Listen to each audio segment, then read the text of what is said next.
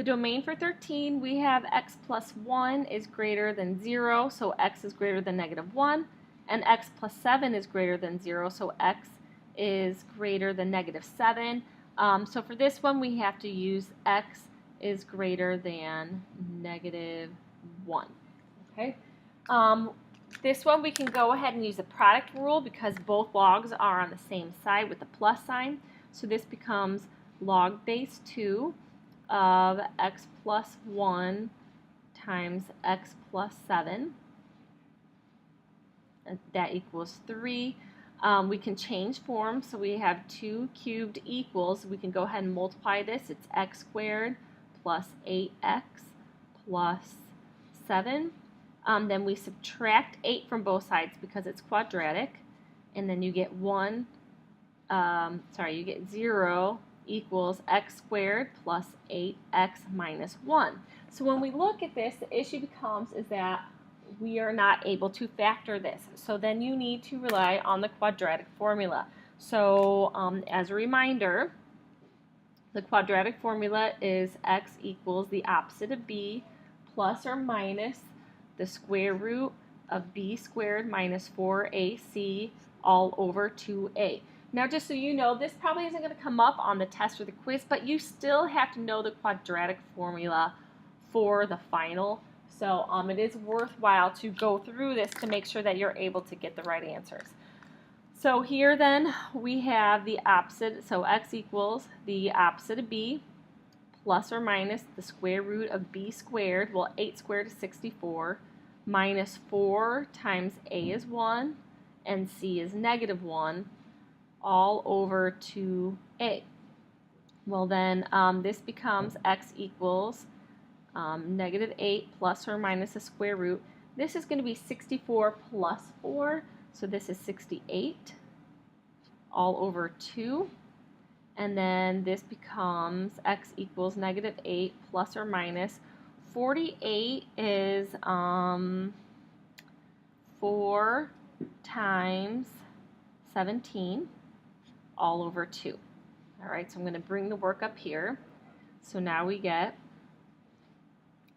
x equals negative 8 plus or minus the square root of 4 is 2. The square root of 17 we can't simplify over 2. All right, now a lot of people are going to want to cancel these two out or maybe cancel this part out. We actually can't cancel any of these out because we don't have a product on top. So we can rewrite the top by factoring out a 2. This is 2 times negative 4 plus or minus root 17. So I factored the 2 out. If I redistributed, I would come back up to this numerator. But now we can cancel the 2's out.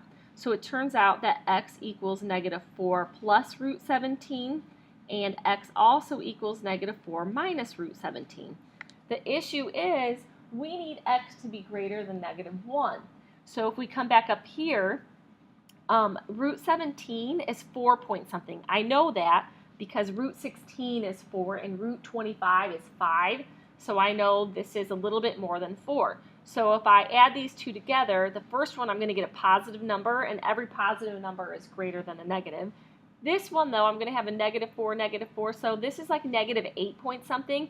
This one's extraneous. That will not work. So our final answer is negative 4 plus root 17. For 14, the domain is going to be a little more difficult because we have two quadratics, and the only way we learned in this class to solve quadratic inequalities is by graphing. So if I look at this one first, I'm going to rewrite. This is going to be x times x plus 1 has to be greater than 0. Okay, and then if I graph this, then I get 0 for one of my intercepts, and I get negative 1 for the other intercept. It's a positive leading coefficient, so I know it opens up. So my domain is going to go from negative infinity to negative 1, and then from 0 to infinity. Then we have x times x minus 1. I need that to be greater than 0. So my next graph is going to be at 0 and at 1. Same thing, positive leading coefficient, so it opens up. To be greater than 0, I need all these x values. So if I use the two number lines of these solutions, all right, so the domain for this one, we have -1, 0, and 1 are the tick marks. For this domain, I'm going all the way to -1, and then I'm starting at 0 to infinity. For this domain, I'm going all the way up to 0, and then I'm starting at 1 to infinity. So the intersection is going to be -infinity all the way up to -1, union, and then I'm starting at 1 and going to infinity. Okay, so the domain there requires a lot more work. Okay, to solve the problem, the logs are on the same side. And because it's a minus, I can use the quotient property. So I have the log base 1/3, and instead of writing 2 logs, it's 1 log of the quotient, x squared plus x over x squared minus x, and that's going to equal -1. Since I've isolated this log, I can now change forms. The base is 1/3. The exponent is -1 equals x squared plus x over x squared minus x. Now, 1/3 to the -1 is equivalent to 3 over 1. It's just the reciprocal. So I'm going to just write 3 over 1 here, and these are the same thing. So what we can do now is cross multiply. So I get 1 times x squared plus x equals 3 times x squared minus x. So x squared plus x equals 3x squared minus 3x. I'm going to subtract x squared from both sides. So I get 2x squared.